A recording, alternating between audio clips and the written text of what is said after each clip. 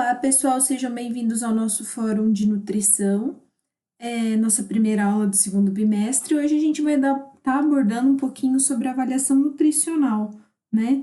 Que vai estar determinando o estado nutricional do nosso cliente, do nosso paciente.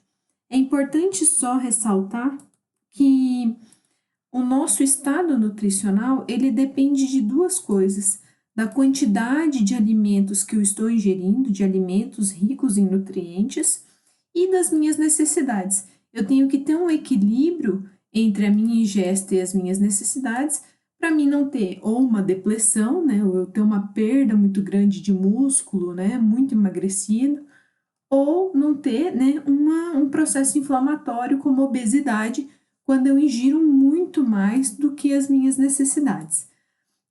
Para a gente manter essa balança e equilíbrio, existem alguns fatores que podem estar influenciando, como o meio ambiente, né, em que o indivíduo, nosso paciente, vai estar inserido, a presença de doenças, de estressores, né, psicológicos, algum problema mecânico de locomoção pode estar afetando essa ingesta de nutrientes.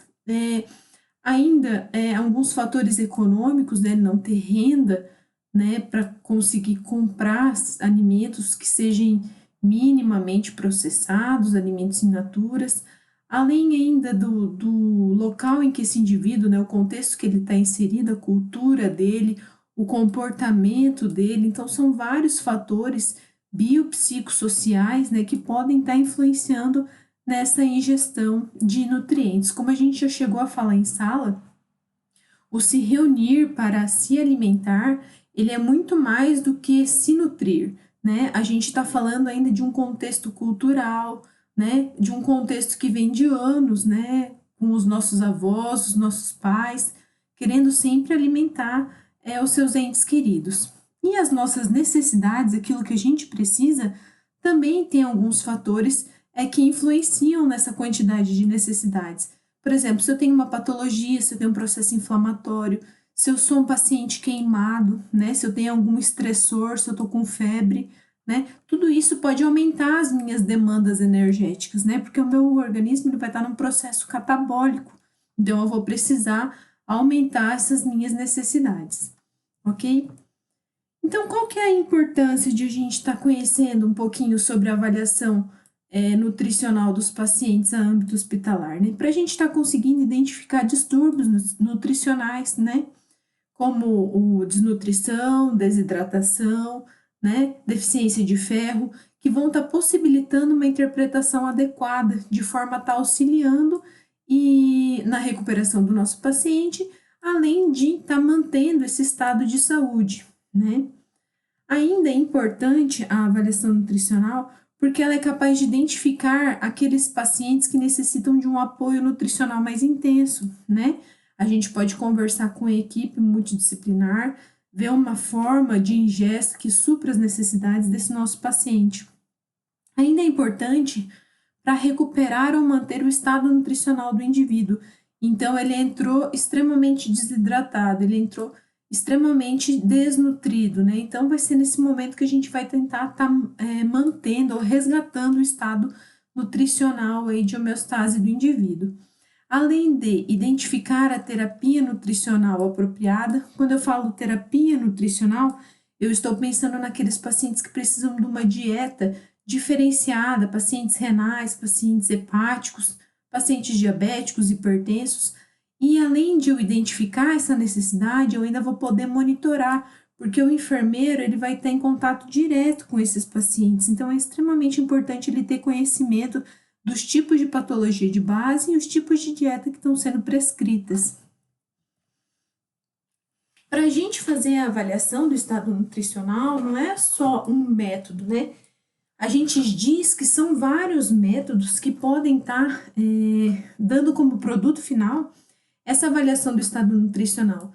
Dentre elas, a gente tem o histórico alimentar do paciente, aquilo que ele ingere, né, que a gente já vai abordar um pouquinho, tanto qualitativamente quanto quantitativamente, né? Alguns sinais clínicos, quando a gente estiver realizando lá o processo de enfermagem, está fazendo o exame físico na primeira etapa, a gente vai ver alguns sinais clínicos que podem indicar deficiências no estado nutricional, além ainda da composição corporal, que aqui eu incluí como antropometria, tá? A gente tem outros métodos de composição corporal, a gente vai abordar brevemente aqui também na aula, além de dados bioquímicos, né? Alterações bioquímicas, marcadores pró-inflamatórios que podem estar nos indicando uma debilidade do estado nutricional antes de a gente ver esse paciente ficando mais desprovido de vida, né? Mais caquético. Então, a gente vai abordar primeiro a história alimentar, né? Dentro desse histórico alimentar, a gente fala que são vários os tipos de inquéritos dietéticos, né? Pelo próprio nome já diz, né? Inquérito, eu vou ir atrás de algumas coisas relacionadas à dieta desse meu paciente. Então, vai ser um método em que a gente vai estar buscando informações, tanto quantitativas, né? Com quantidades, porções, pesos, ou qualitativas, né? Acerca das características dessas dietas, né? O costume desse paciente, qual que é o consumo dele, ou da família dele, ou de um grupo de indivíduos. É que aqui eu estou pensando sempre em âmbito hospitalar. Pensando em métodos quantitativos, né? Que vão estar me dando quantidades, o primeiro instrumento que a gente pode estar utilizando é o recordatório 24 horas, que consiste em que, na hora do processo de enfermagem da entrevista, a gente perguntar para esse paciente tudo que ele comeu no dia anterior, nas 24 horas anteriores, né? Incluindo a hora, o alimento e a porção, a quantidade desse alimento que ele consumiu. Pacientes que são internados, por exemplo, no Ambulim, que é um ambulatório de transtornos alimentares, que tem em referência em São Paulo, é feito ainda o sentimento que esse paciente tem na hora da alimentação. Porque quando esse paciente tem um transtorno alimentar, ele pode sentir um sentimento de culpa, né? Um sentimento de raiva, né? De querer expurgar esse alimento. A gente ainda tem o registro alimentar. Então, recordatórios, as 24 horas do dia anterior do meu paciente. Uma coisa importante, então, é não avisar o paciente que vai fazer o recordatório, né? Não induzir ou perguntar que alimentos que ele consumiu, deixar ele falar, isso é importante, tá? Senão ele vai começar a imaginar alimentos ideais para dar aquele recordatório perfeito para o profissional ouvir, tá? Em relação ao registro alimentar, o que consiste? É quando o paciente vai estar anotando toda hora que ele consome, ele anota num papel, né, o que ele consumiu e a quantidade, durante pelo menos 3 dias, tá? Esse registro alimentar. Por isso que a gente fala que é quantitativo, durante 3 dias anotando tudo que ele comeu. E ainda pode se dar por meio de pesos e medidas, né? Vai ser quando o nosso paciente, antes de se alimentar, ele vai parar, vai pesar todos os alimentos. Aqui eu tô pensando mais em um paciente ambulatorial, né? Ele vai estar fazendo todos os pesos, né, as medidas, gramagens, e eu vou saber em gramas, né? Quanto que esse meu paciente está consumindo por dia, tá? Lembrar sempre, então, de independente do método quantitativo, não estar expressando surpresa, né? Caras de espanto, não fazer perguntas de alimentos específicos, deixar o paciente falando, estimular a fala dele, né? Para a gente ver como que vai estar esse hábito alimentar. Daí agora, aqui em relação aos inquéritos, são métodos qualitativos, né? Um deles é a frequência de consumo. É quando a gente já tem uma tabela, né? Nessa tabela a gente já tem várias colunas com várias listas de alimento: leite, queijo, ovo, frango, presunto, embutidos, doces, né? Todos os alimentos da pirâmide alimentar. E a gente vai perguntar a frequência que ele consome esses alimentos, se é diariamente, semanalmente, né? Mensalmente, a cada 15 dias. Então, aqui eu não estou vendo a quantidade durante um dia, eu estou vendo a qualidade da dieta do meu paciente. Eu ainda posso, né, se eu tiver um tempo maior, me apropriar da história dietética do paciente. Só que essa anamnese, ela é pouco utilizada. Por quê? Porque ela é extremamente demorada. É quando o entrevistador, ele está de forma extensiva e detalhada querendo obter informações sobre os hábitos alimentares do meu paciente. Tudo bem? Então, só para a gente fechar essa parte, né, de estado nutricional, não se esqueçam que o objetivo, né, da avaliação nutricional é ser um instrumento diagnóstico, né, para estar analisando por diversos ângulos e condições nutricionais do organismo, do indivíduo, que vai ser importante, né, a gente lembrar que existem vários métodos e que todos os métodos eles têm críticas, né? A importância do profissional, de a gente ter um profissional capacitado para estar realizando essas perguntas, tá? Aí, em relação ao estado nutricional do meu paciente, agora eu vou estar falando de características de sinais clínicos, né? O que seriam esses sinais clínicos? Quando a gente está fazendo lá o exame físico, né, do paciente, a gente vai verificar alguns sinais e sintomas que já podem estar identificando alguma deficiência, alguma carência nutricional. Aqui, a Pro cita alguns mais para frente, lá perto do último bimestre, né, terceiro e quarto bimestre, a gente vai conseguir identificar ainda de forma mais apropriada essas deficiências. Mas em relação ao cabelo, quando a gente tem um cabelo com falta de brilho, fino, né, com uma distribuição rala, com pouco cabelo, né, despigmentado, saindo, caindo de forma muito fácil, a gente pode estar com alguma deficiência de micronutriente, né? Aquela face despigmentada, né, quando a gente olha as mucosas, elas estão hipocoradas. Se eu tenho uma dermatite seborreica nasolabial, né, faces lunar. Em relação aos olhos, se eu vejo mancha de Binot, né, xerose da conjuntiva e corneal, palidez da conjuntiva, ainda vou estar observando os lábios, né, se tem algum tipo de inflamação, uma estomatite angular, alguma cicatriz, queilose. Vou estar observando a língua, né, presença de edemas, se ele tem uma língua escarlate, língua mangeta, papilas atróficas. A gente vai ver essas características na disciplina de práticas no exame físico, tá? Mas eu já falo também. Em relação aos dentes, eles estão com manchas, né? Se o esmalte contém manchas.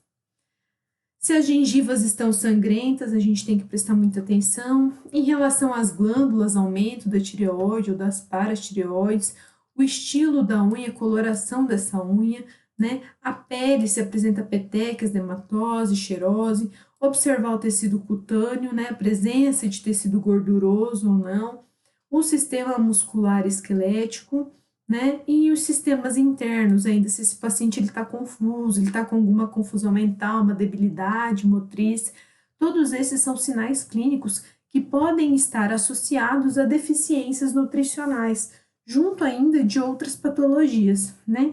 Aqui a gente tem um quadro, né, com algumas coisas que podem estar acontecendo, alguns sintomas que podem estar cometendo o paciente, decorrente da deficiência e do complexo das vitaminas B, né, C, A, cálcio, magnésio, zinco, ferro, manganês, selênio e cromo, tá?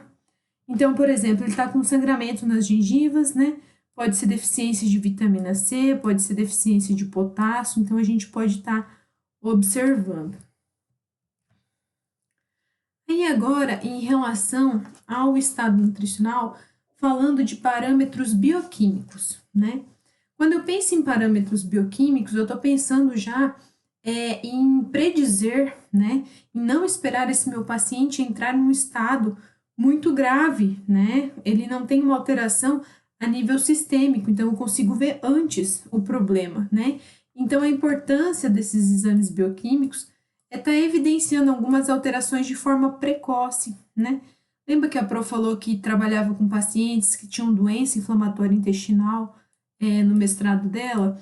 Lá era de praxe pedir sempre, né, proteína C, C reativo, um medidor inflamatório, para ver se esse paciente estava iniciando uma inflamação, né, que daí a gente já ia começar com alimentos anti-inflamatórios, já ia começar com medicações, né, junto com a equipe médica. Então, é importante a gente estar evidenciando essas alterações de uma forma precoce. Tá? Aqui alguns exemplos de exames, né, de alguns parâmetros que alteram, né? A albumina, ela tem vida média de 20 dias, então a cada 20 dias a gente consegue já ver maiores alterações no exame laboratorial. Transferrina 7, pré-albumina 3 e proteína transportadora de retinol 2 horas, olha só, Daí, como eu falei, dos medidores inflamatórios, tem as proteínas de fase aguda, né? Em que a gente vai estar observando. Normalmente a proteína C reativa a gente fala que tem que estar menor que 1, menor que 0,8 parâmetro, né? Senão esse paciente ele já se encontra aí no início de processo inflamatório. Por isso que é importante e a bioquímica também entra dentro da nutrição. Aí agora aqui em relação à composição corporal, né? O que nós vamos abordar mais vai ser relacionado à antropometria, por isso que aqui dentro do quebra-cabeça está a antropometria. Mas a critério de conhecimento, a gente tem hoje no mercado outros métodos de avaliação da composição corporal, né? A gente tem então a antropometria que a gente faz as circunferências e as pregas. A gente tem a DEXA, que a gente fala que é o padrão ouro, né? É o melhor método de avaliação do estado nutricional, que é nessa máquina aqui. Ela consegue dar quanto de músculo, de gordura, de água, né, de líquido esse paciente tem, segmentado, ou seja, por membro inferior, direito e esquerdo, por tronco, né, cabeça. E a gente ainda tem a bioimpedância, que tem dois modelos de bioimpedância, né? Essa aqui a gente fala que ela é de decúbito dorsal, né, uma tetrapolar, porque ela tem 4 eletrodos, né? A bioimpedância, ela funciona um pouquinho diferente, passa uma corrente elétrica que é octopolar, né? Tem oito partes de metal que encostam no paciente, né? Que vão estar gerando uma corrente elétrica. Sabendo que a água é um bom condutor elétrico, né? Ela faz, por meio de fórmulas, a predição da gordura, que vai ser essa resistência que vai ter, né? Então, ela é um método de avaliação também muito utilizado. Só que ambos, né? Principalmente a bioimpedância, precisa de alguns critérios, né? De alguns cuidados pré-exame, como não consumir café, não ter nenhum metal no corpo, né? Brinco, piercing, não ter feito atividade física 24 horas antes, tá de bexiga vazia, né? Não ter se alimentado antes, 6 horas antes do exame, né? Porque tudo isso pode estar gerando alterações do resultado, que não vai ser tão fidedigno.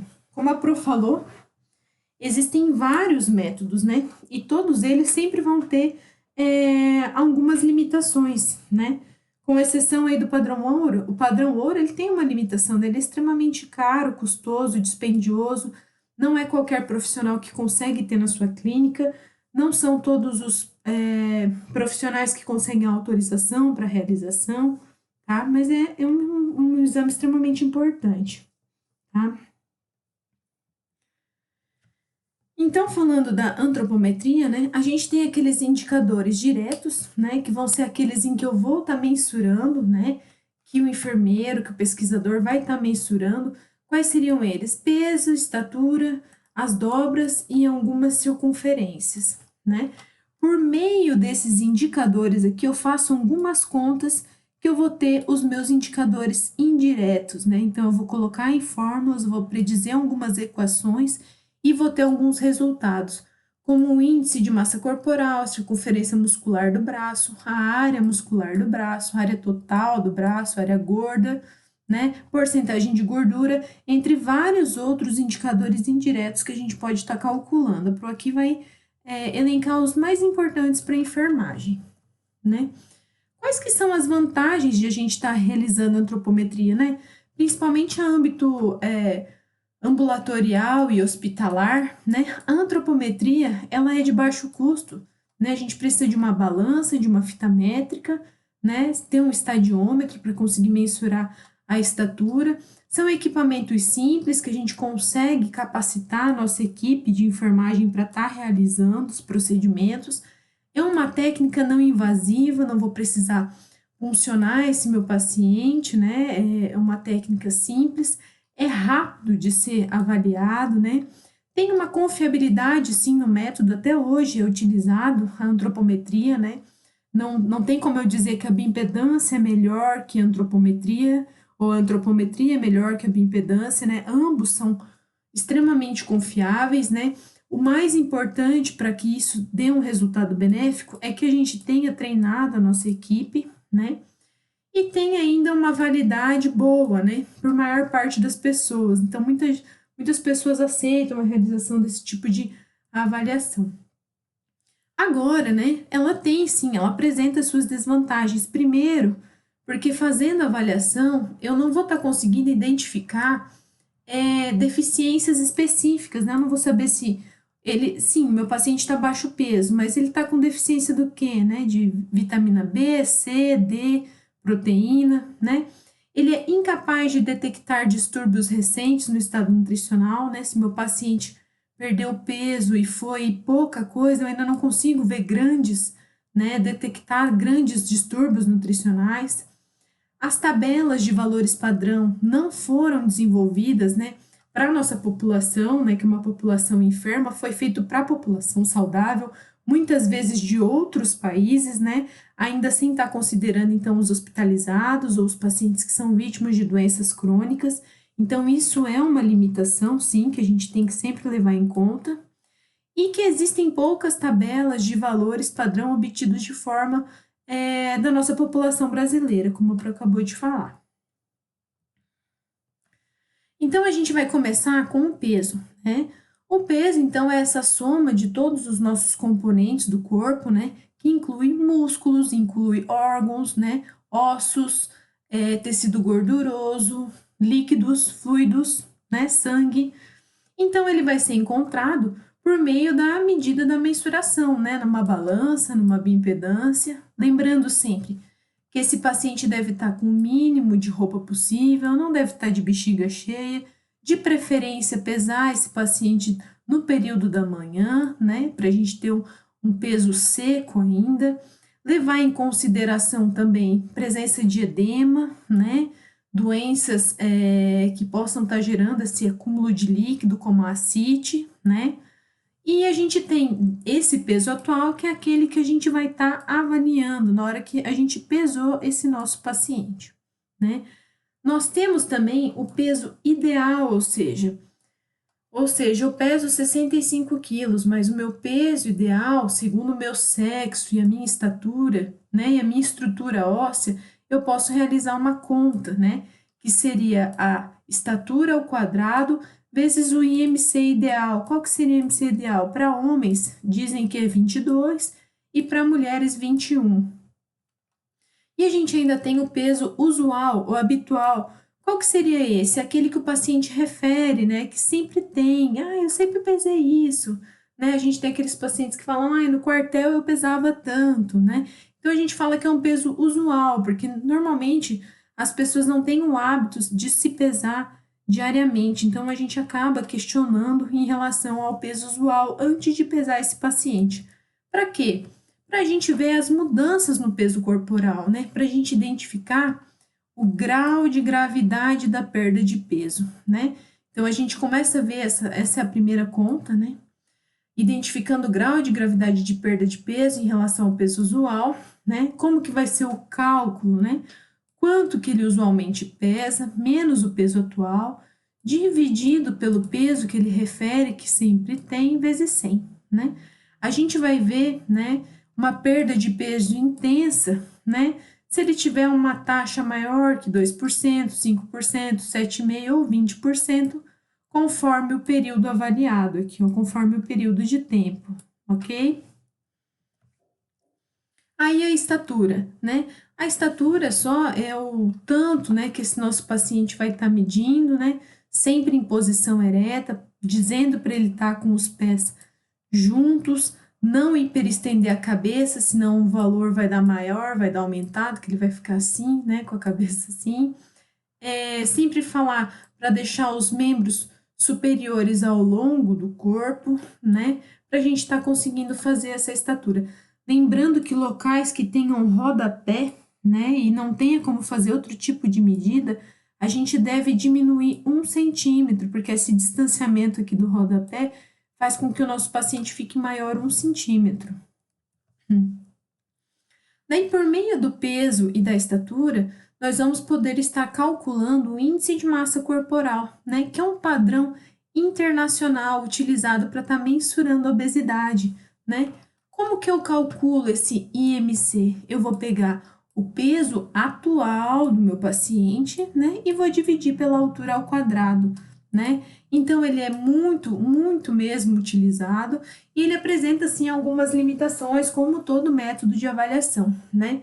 Por exemplo, pacientes, né, indivíduos esportistas, atletas, que têm uma grande quantidade de massa muscular, e ter músculo é ter saúde, né?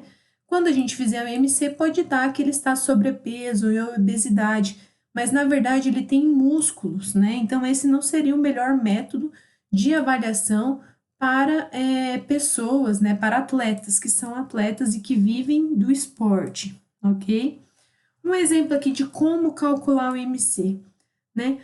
Uma paciente de 80 quilos que tem 1,80 m de altura. Eu posso colocar 1,80 m vezes 1,80 m, pegar o resultado e pegar o peso dela e dividir por esse resultado, né?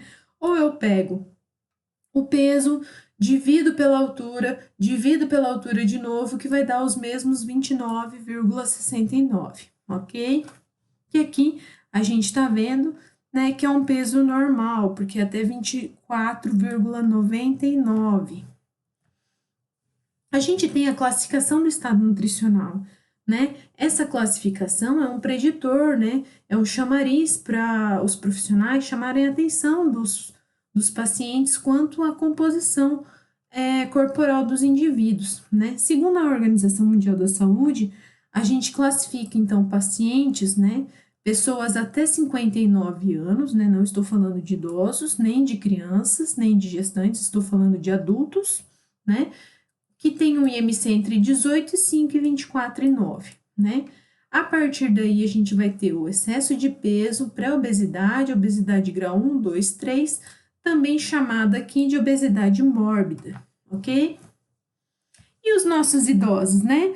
Os nossos idosos, eles têm uma composição corporal diferenciada, eles já têm uma depressão da massa muscular, né? Então, a gente considera aí, né, um IMC normal de eutrofia entre 22 e 27, tá?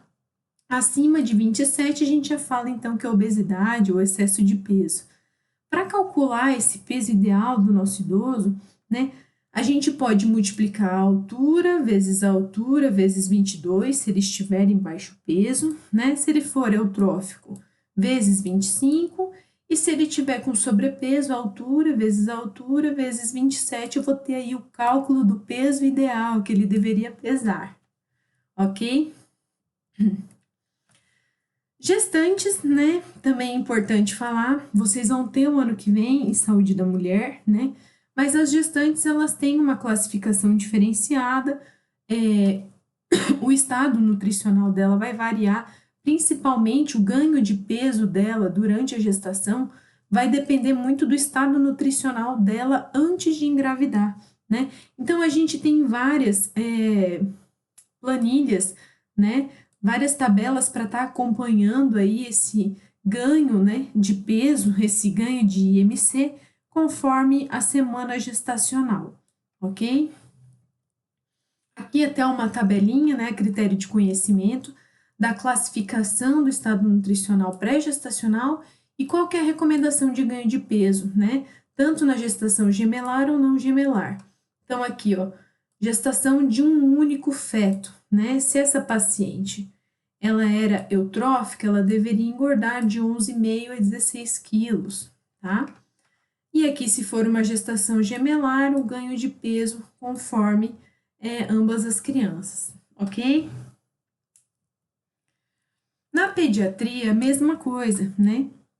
A gente vai ter várias planilhas do Ministério da Saúde que vocês vão aprender um pouco mais a fundo em saúde da criança, que vão estar vendo, conforme as semanas e os meses, o acompanhamento em relação ao peso, em relação à estatura, né, que a gente coloca como comprimento, inclusive sobre o perímetro cefálico, que vai ser outra medida antropométrica muito utilizada em pediatria. Aí a gente vai para a segunda parte da antropometria, né? As circunferências. A circunferência da cintura vai ser o ponto médio entre a última costela e a crista ilíaca, né? Então, aqui o ponto médio, tá? A gente coloca que ela é um ótimo indicativo, né, de risco cardiovascular hoje é mais utilizado do que a relação cintura-quadril, sendo que homens têm um risco elevado com a circunferência da cintura maior que 94 e mulheres um risco elevado acima de 80 e um risco muito elevado acima de 102 ou 88. Então, já é uma medida antropométrica fácil de estar sendo realizada e que pode predizer um risco para síndrome metabólica, para doenças cardiovasculares. A circunferência do abdômen, como a Pro chegou a comentar no primeiro bimestre, né, ela é aferida em cima da cicatriz umbilical, né? Muitas vezes alguns autores acabam se equivocando e confundindo com a circunferência da cintura, né? Ela vai ser utilizada junto com a circunferência do quadril, que é a aferição da maior protuberância, né, da região glútea, né? Que é pouco utilizado hoje em dia, essa circunferência, esse risco cardiovascular, porém é importante vocês conhecerem. É a divisão da circunferência da cintura pela circunferência do quadril, né? Então, vai ser homens um alto risco acima de 1 e mulheres um alto risco acima de 0,85. Daí o estado nutricional, né? A professora já falou aqui a tabelinha. Ah, não, daí agora, esse aqui vai ser em relação à circunferência do pescoço, né? É uma medida que já era utilizada, mas agora que está sendo mais trabalhada, né?